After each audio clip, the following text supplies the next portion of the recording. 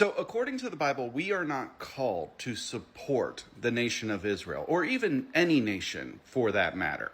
The inheritance of Israel that comes from Abraham, Isaac, and Jacob is an inheritance of faith. So, it's only those who have believed by faith that are the inheritors of the promise of Abraham, both Jew and Gentile. That's what Paul gets into in Romans.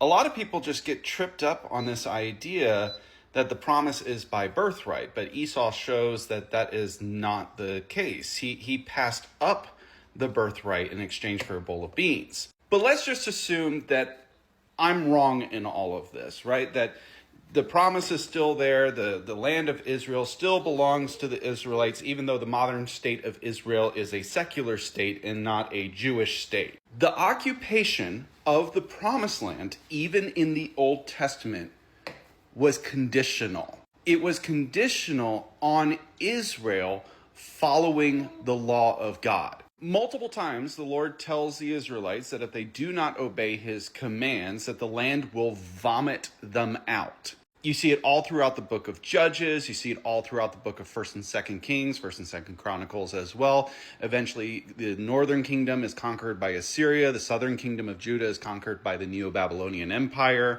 Even in the book of Nehemiah, after they have returned from exile to the promised land, they rebuild the city of Jerusalem.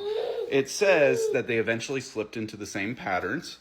And what ends up happening? They get conquered by the Persian Empire, eventually Alexander the Great and the Macedonian Empire, and then eventually the Roman Empire. So even God doesn't unconditionally support the nation of Israel in their occupation of the promised land. His judgment, his criteria, the condition for them being in the promised land is righteousness. And where does this righteousness come from? Well, the New Testament tells us that the righteousness comes by faith. Jesus tells us to seek first the kingdom and its righteousness, and all these other things will be added unto you.